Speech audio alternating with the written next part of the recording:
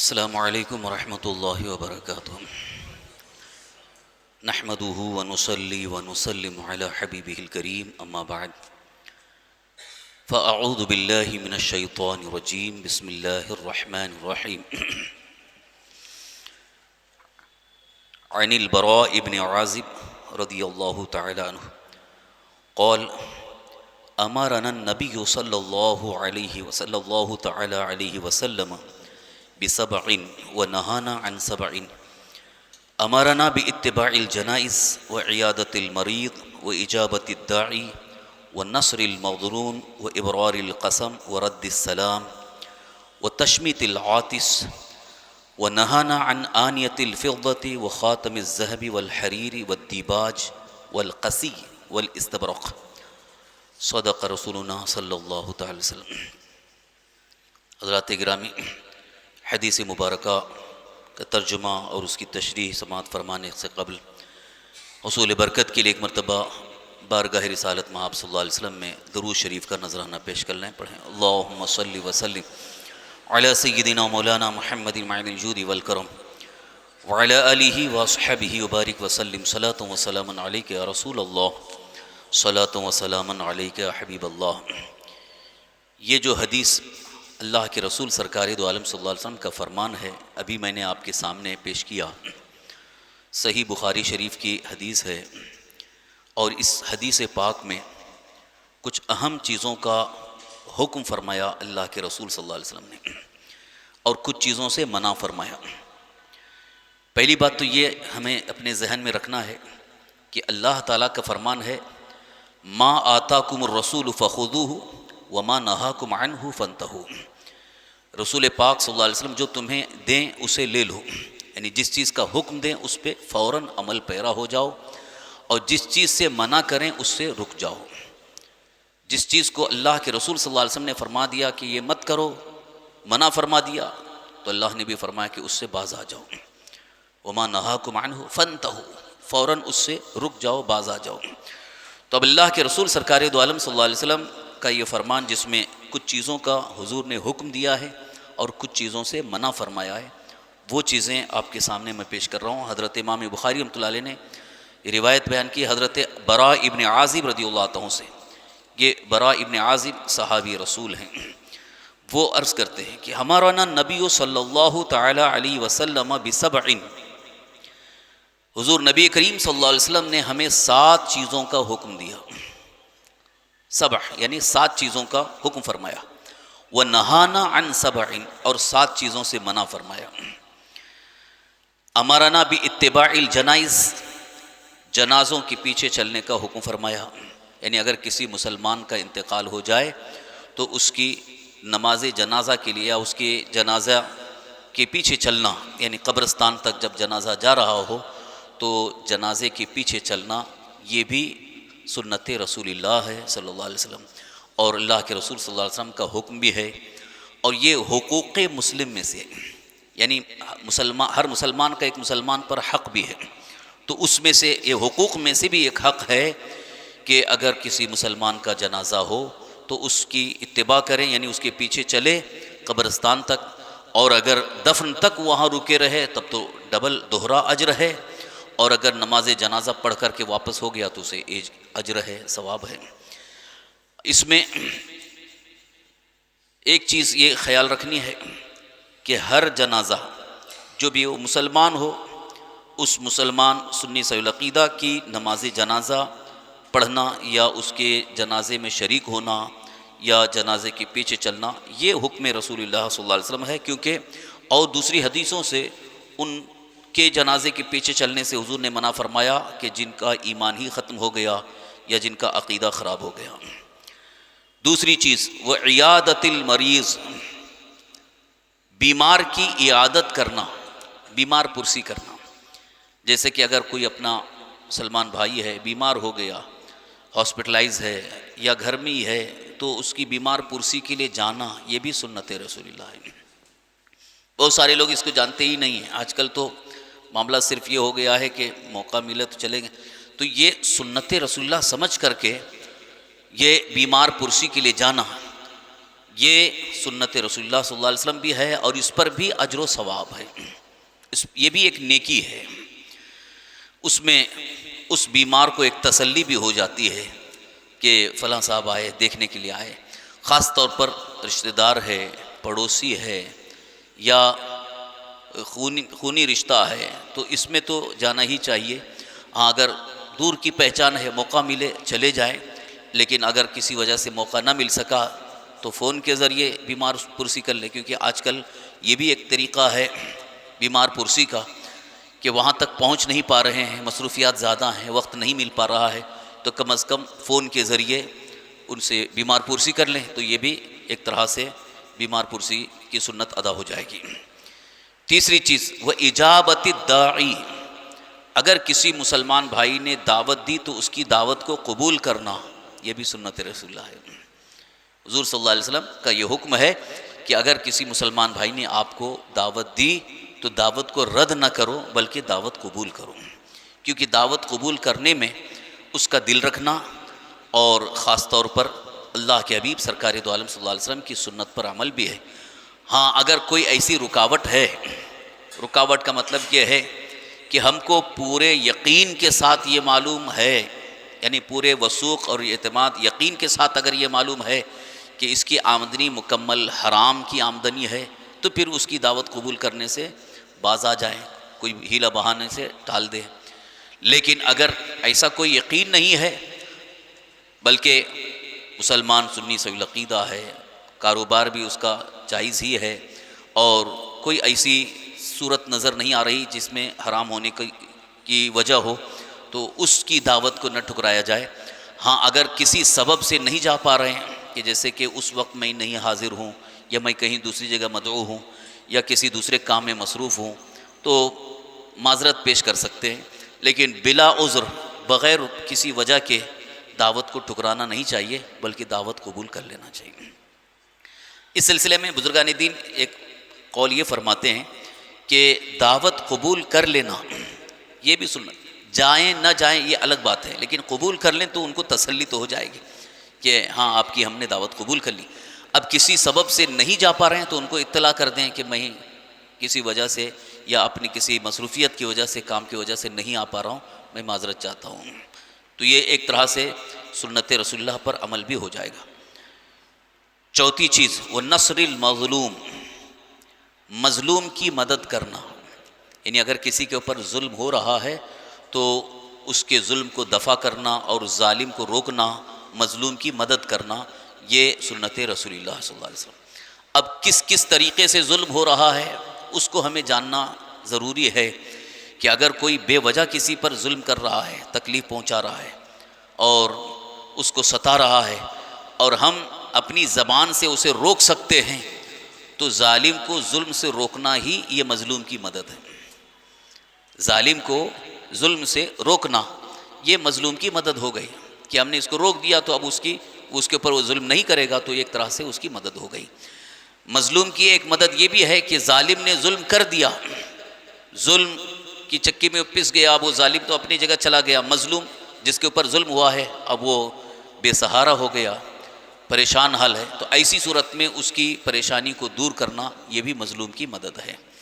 جیسا کہ آج کل کہیں اگر فتنہ فساد ہو گیا، دنگا ہو گیا، اور ظالم ظلم کر کے گھر تباہ کر کے چلے گئے، دکان جلا کے چلے گئے، اب اپنا بھائی ہے، پریشان حال ہے، وہ مظلوم ہے، تو اس کی کسی طرح سے مدد کرنا، کہ یہاں تک کہ اگر گھر میں کھانے پینے کے اسباب نہیں ہے، راشن نہیں، تو راشن پہنچا دیں، دوا علاج کے لیے ضرورت پڑی تو وہاں اس کے دوا علاج کے لیے سامان مہیا کر دیں، دوائیوں کا انتظام کر دیں، یا اگر ان کو رقم اور روپے کی ضرورت ہے تو وہ پہنچا دیں، یہ بھی مظلوم کی مدد ہے، جو اللہ کے رسول سرکار دو عالم صلی اللہ علیہ وسلم کی سنت پاک بھی ہے، اور حضور صلی اللہ علیہ وسلم کی اور دوسری حدیثوں میں اس پر بہت بڑے اجر و ثواب کا ذکر بھی ہے، کیونکہ مظلوم کی جو مدد کرتا ہے اللہ تبارک تعالیٰ اس سے بے پناہ راضی ہے۔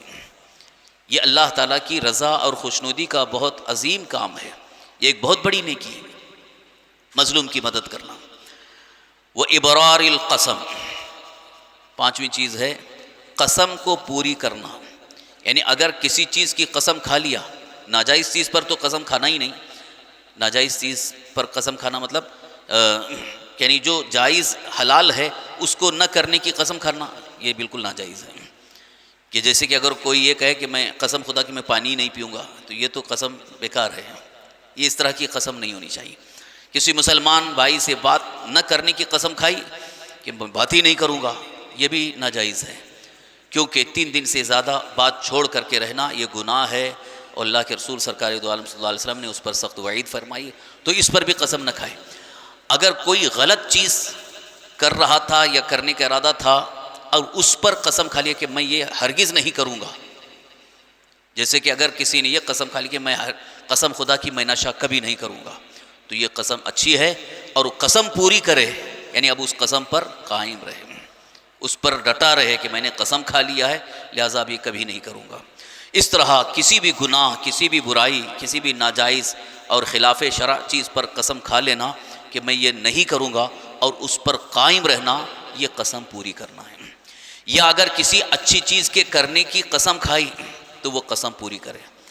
جیسے اگر یہ قسم کھا لیا کہ میں قسم خدا کی، اللہ کی قسم، میں اس کو زندگی بھر اس کی مدد کرتا رہوں گا، اپنے بھائی کی مدد کرتا رہوں گا، اپنی بہن کی مدد کرتا رہوں گا، قسم کھا لیا ہے تو اب وہ قسم پوری کرے، یعنی قسم کو توڑے نہیں. اچھا، اس میں ایک دوسرا مسئلہ جو ابھی میں نے شروع میں عرض کیا تھا کہ ناجائز چیز پر قسم کھانا مطلب اگر جو شرعاً جائز ہے اور اس کو اپنے اوپر ناجائز کر لیا یا حرام کر لیا، قسم کھا لیا، تو حکم یہ ہے کہ وہ قسم توڑے. جیسے اگر یہ قسم کھا لیا کہ میں اپنے بھائی سے کبھی بات ہی نہیں کروں گا، تو یہ قسم جائز نہیں ہے، یہ درست نہیں ہے. اب اس کے لیے حکم یہ ہے کہ وہ قسم توڑے اور اس سے بات کرے، بات چیت کرے، اور جو قسم توڑنے کا کفارہ ہے وہ کفارہ ادا کرے. کفارہ کیا ہے؟ اگر کسی نے قسم کھا لیا اور قسم توڑ دی تو اس کے لیے کفارہ یہ ہے کہ ایک غلام آزاد کرے. آج کل کے دور میں غلام نہیں ہے، تو یا تو پھر 3 دن مسلسل روزہ رکھے، 3 دن مسلسل روزہ رکھے، اور اگر اس کی طاقت نہیں ہے تو 10 مسکینوں کو بھر پیٹ کھانا کھلائے. 10 مسکین کو بھر پیٹ کھانا کھلائے، یہ قسم کا کفارہ ہو جائے گا. اسی طرح سے اگر کسی نے کسی حلال چیز کے نہ کھانے کی قسم کھا لی، کہ جیسے کہ قسم کھا لیا کہ میں کبھی روٹی ہی نہیں کھاؤں گا، تو اب وہ یہ قسم پوری کرنا اس کے لیے ضروری نہیں، بلکہ یہ قسم توڑے. کیونکہ جو چیز اللہ تعالیٰ نے حلال رکھی ہے اس کو اپنے اوپر حرام کر لینا قسم کھا کر کے، یہ جائز نہیں ہے، یہ درست نہیں ہے. لہذا حکم یہ ہے کہ فوراً وہ قسم توڑے. ایک موقع پر ایسا حضرت سیدنا ابو بکر صدیق رضی اللہ عنہ سے ہو گیا تھا کہ حضرت سیدنا ابو بکر صدیق رضی اللہ عنہ نے ایک صاحب کے بارے میں قسم کھا لیا تھا کہ میں ان کو کبھی کچھ نہیں دوں گا. وجہ یہ تھی کہ جب حضرت ام المومنین سیدہ عائشہ صدیقہ رضی اللہ عنہا کے اوپر تہمت لگائی گئی، تو منافقوں نے تہمت لگائی تھی، تو اس میں جو آپ کے قریبی رشتہ دار ہیں جو بہت ہی مفلوق الحال تھے، یعنی بہت غریب تھے، ان کے گھر کا پورا خرچہ حضرت ابوبکر صدیق دیتے تھے، وہ بھی وہ تہمت لگانے والوں کے ساتھ شریک ہو گئے. یعنی ماں عائشہ صدیقہ رضی اللہ عنہا کے اوپر تہمت لگانے میں جو منافقین تہمت لگا تو اس میں وہ بھی شریک ہو گئے. تو حضرت ابوبکر صدیق رضی اللہ عنہ کو جب پتہ چلا کہ یہ جن کی میں مدد کرتا ہوں، جن کے اوپر خرچ کرتا ہوں، اور یہ بھی میری بیٹی پر تہمت لگانے میں شریک ہو گئے، تو آپ ناراض ہو کر کے قسم کھا لیے تھے کہ اب کبھی ایک کوڑی نہیں دوں گا. لیکن بعد میں چونکہ انہوں نے سچے دل سے توبہ کر لیا، کیونکہ ان کو دھوکہ ہو گیا تھا. وہ حضرت مستح رضی اللہ عنہ صحابی رسول ہیں، انہوں نے تہمت لگانے میں جو شریک ہو گئے تھے، وہ کسی دھوکے کی وجہ سے ان سے کچھ زبان سے بات نکل گئی تھی، لیکن بعد میں انہوں نے صدق دل سے توبہ کر لیا سرکار دو عالم صلی اللہ علیہ وسلم کی بارگاہ میں کہ مجھ سے یہ خطا ہو گئی ہے، میں سچے دل سے توبہ کرتا ہوں. تو پھر اللہ تعالیٰ کی طرف سے حکم آیا حضرت ابوبکر صدیق رضی اللہ عنہ کے لیے کہ آپ نے جو قسم کھائی وہ قسم توڑیں. یعنی پہلے سے جیسے ان کی مدد کرتے تھے ویسے آپ ان کی مدد کرتے رہیں، کیونکہ ان کی توبہ قبول ہو گئی ہے. تو حضرت سیدنا ابوبکر صدیق رضی اللہ عنہ نے قسم توڑی، کفارہ ادا کیا، اور جیسے پہلے ان کی مدد کرتے تھے ویسے مدد کرنے لگے. تو یہ ہے قسم پوری کرنے کا مسئلہ. چھٹی چیز ہے رد السلام، سلام کا جواب دینا. اگر کسی مسلمان نے سلام کیا تو ہمیں اس کے سلام کا جواب دینا چاہیے. یہ سنت رسول اللہ. سلام کرنا بھی اور سلام کا جواب دینا یہ واجب ہو گیا. سلام کرنا تو سنت ہے اور سلام کا جواب دینا واجب ہے. کہ ہم دیکھ رہے ہیں کہ ہم نے سنا بھی، کبھی کبھی ایسا ہوتا ہے کہ ہم سن نہیں پائے تو جواب نہیں دے پائے تو کوئی حرج نہیں ہے، لیکن اگر سنیں تو پھر اس سلام کا جواب دینا واجب ہے. اگر کسی بد مذہب نے سلام کیا جس کا عقیدہ خراب ہے تو اس کے سلام کا جواب دینا واجب نہیں ہے. ساتویں چیز تشمیت العاطس. اللہ کے رسول سرکار دو عالم صلی اللہ علیہ وسلم نے جو 7 چیزوں کا حکم فرمایا ان میں 7ویں چیز ہے چھینک کا جواب دینا. یعنی اگر کسی مسلمان سنی صحیح العقیدہ نے چھینکنا، جیسے چھینک آئی تو اس پر چھینکنے والے کو کہنا چاہیے الحمدللہ. اور اگر ہم نے سنا اس کی چھینک کو اور اس نے الحمدللہ کہا تو فوراً ہمیں یرحمک اللہ کہنا چاہیے. تو یہ یرحمک اللہ کہنا یہ اس چھینک کا جواب ہو گیا کہ اللہ تجھ پر رحم فرمائے. کیونکہ چھینک آنا بھی ایک طرح سے اللہ تعالیٰ کی رضا اور اللہ تعالیٰ کی خوشنودی کی ایک دلیل ہے. اسی لیے کہا گیا کہ جیسے چھینک آئے فوراً آپ الحمدللہ کہو، اور سننے والے کے لیے ضروری ہے کہ وہ یرحمک اللہ کہے. یہ سنت رسول اللہ بھی. 7 چیزیں ہو گئیں جن کا حضور صلی اللہ علیہ وسلم نے حکم دیا اپنی امت کو. اب 7 چیزوں سے منع فرمایا ہے. وہ 7 چیزیں کون سی ہیں جن سے حضور صلی اللہ علیہ وسلم نے منع کیا کہ نہیں کرنا ہے؟ عن آنیت الفضہ و خاتم الذہب. چاندی کے برتن، یعنی چاندی کے برتنوں کا استعمال کرنا یہ منع ہے، حرام ہے. کھانے پینے کے لیے جو برتن استعمال کیے جاتے ہیں چاندی کے نہیں ہونا چاہیے. کیونکہ جس کے پاس دولت بہت آ گئی تو وہ سوچتا ہے کہ اتنی دولت ہے کیا کریں گے، چاندی کے برتن بنا لیے، سونے کے برتن بنا لیے. تو اللہ کے رسول سرکار دو عالم صلی اللہ علیہ وسلم نے دونوں سے منع فرمایا. یعنی سونے چاندی دونوں، سونے کے برتن یا چاندی کے برتن کا استعمال یہ حرام ہے. خاتم الذہب، سونے کی انگوٹھی. سونے کی انگوٹھی مردوں کے لیے حرام ہے، عورتوں کے لیے جائز ہے. یہاں پر جو حضور صلی اللہ علیہ وسلم نے یہ برتن کے استعمال کے لیے جو منع فرمائی ہے اس میں کامن ہے سب کے لیے، چاہے مرد ہو یا عورت، سب کے لیے سونے چاندی کے برتنوں کا استعمال جائز نہیں ہے، منع ہے. لیکن انگوٹھی، مرد کے لیے سونے کی انگوٹھی حرام ہے، اور عورتوں کے لیے سونے کی انگوٹھی، ان کے لیے زیور حلال ہے، جائز ہے، چاہے چاندی کا ہو چاہے سونے کا ہو. ہاں عورتوں کے لیے بھی صرف سونے چاندی کے زیورات ہی کا استعمال جائز ہے.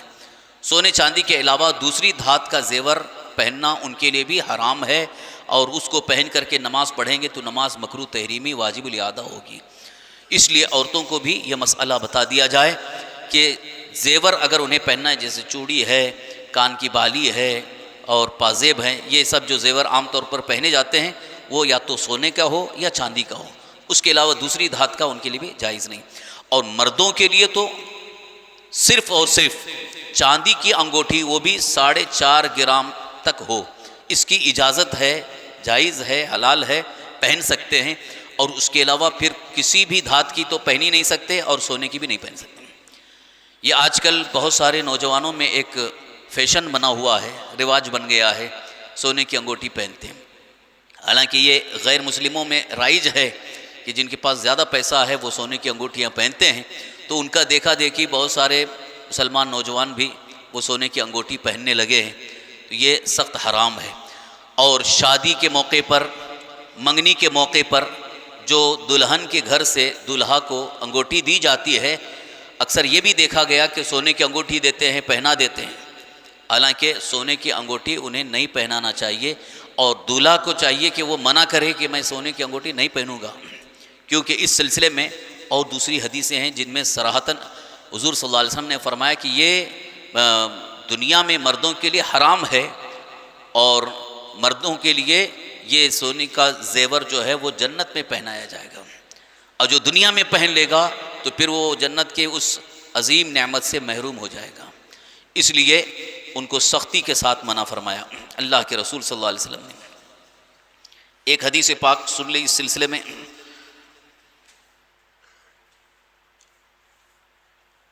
حضرت بریدہ رضی اللہ عنہ سے مروی ہے کہ رسول اکرم صلی اللہ علیہ وسلم نے ایک شخص کے ہاتھ میں پیتل کی انگوٹھی دیکھی تو فرمایا کیا بات ہے، میں تجھ سے بتوں کی بو پا رہا ہوں.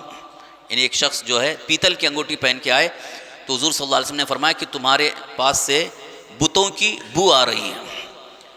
انہوں نے اسے پھینک دیا. دوبارہ آئے تو لوہے کی انگوٹھی پہنے ہوئے آئے تو حضور صلی اللہ علیہ وسلم نے فرمایا کیا بات ہے، میں تجھ پر جہنمیوں کا زیور دیکھ رہا ہوں. انہوں نے اسے بھی پھینک دیا اور عرض کی یا رسول اللہ کس چیز کی انگوٹھی بناؤں؟ تو حضور صلی اللہ علیہ وسلم نے ارشاد فرمایا چاندی کی، اور ایک مسقال پوری مت کر، یعنی ایک مسقال 4.5 ماشی کا ہوتا ہے جو موجودہ وزن کے اعتبار سے 4.5 گرام کے برابر، 4.5 گرام سے کم ہی ہو. لہٰذا یہ سونے کی چاندی کی انگوٹھی مرد پہن سکتے ہیں، وہ بھی ایک نگ، اس کے اوپر جو نگینہ ہوتا ہے وہ ایک ہی ہو، کئی نگ نہ ہو اور 4.5 ماشا سے زیادہ بھی نہ ہو. والحریر، ریشم کا کپڑا پہننے سے منع فرمایا، حرام ہے. مردوں کے لیے ریشم کا کپڑا یہ سخت حرام ہے، عورتوں کے لیے جائز ہے. والدیباج والقسی والاستبرق، اسی طرح سے دیبا اور قسی اور استبرق یہ بھی جو کپڑے ہی یہ قسمیں ہیں.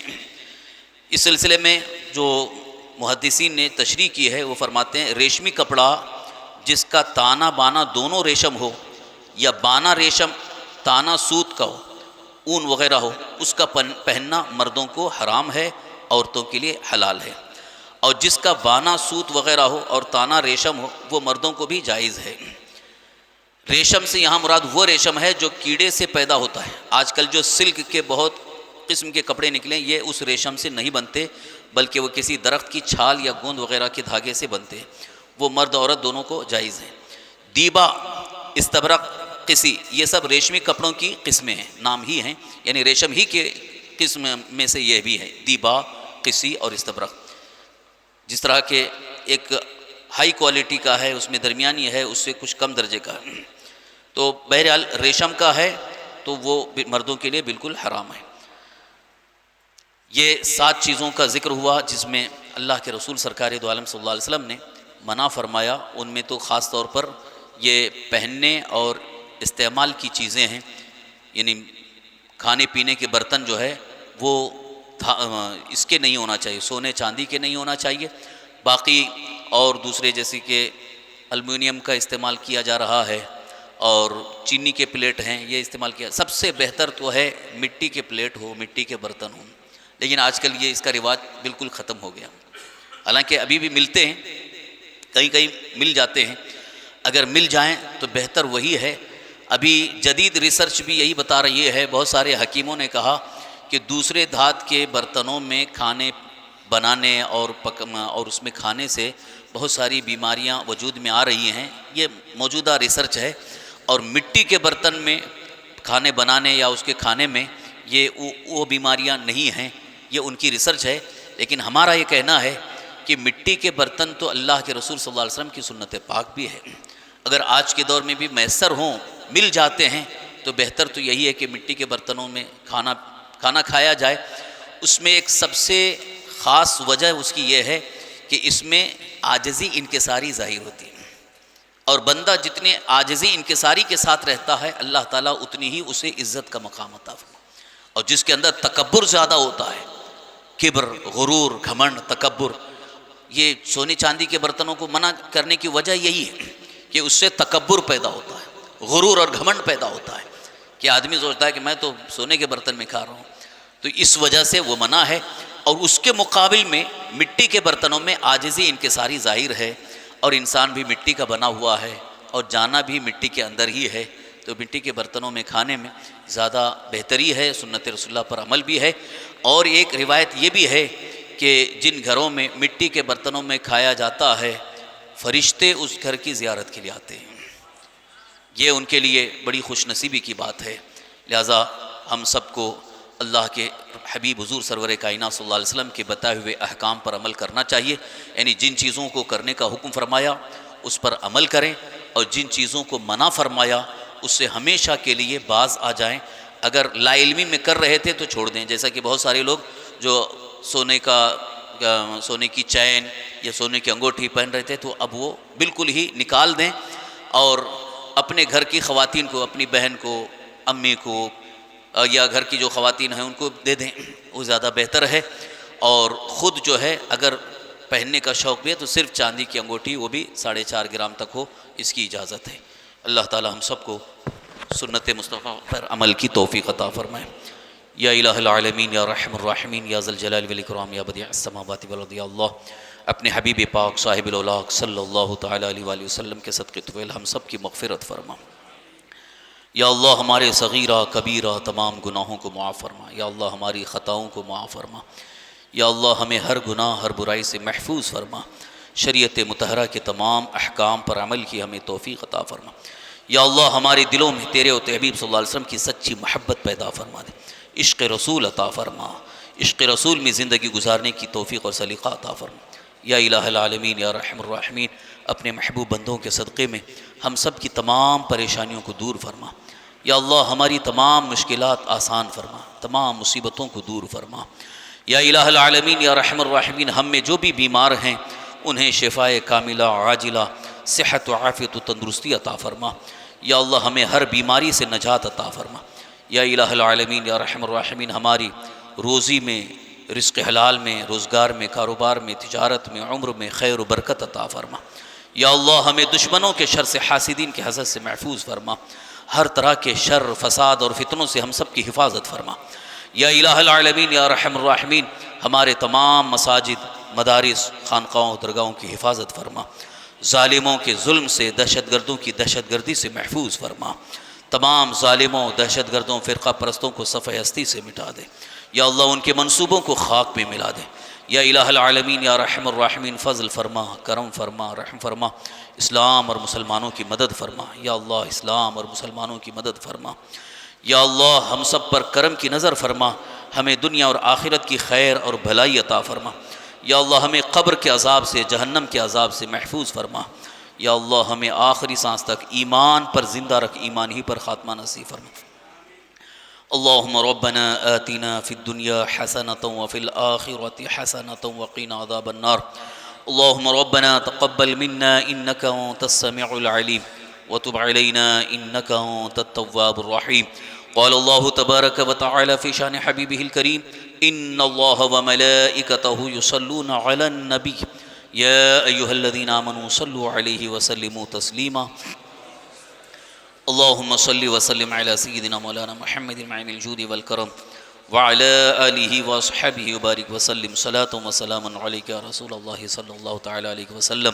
سبحان ربک رب العزة عما یصفون وسلام علی المرسلین والحمد للہ رب العالمین۔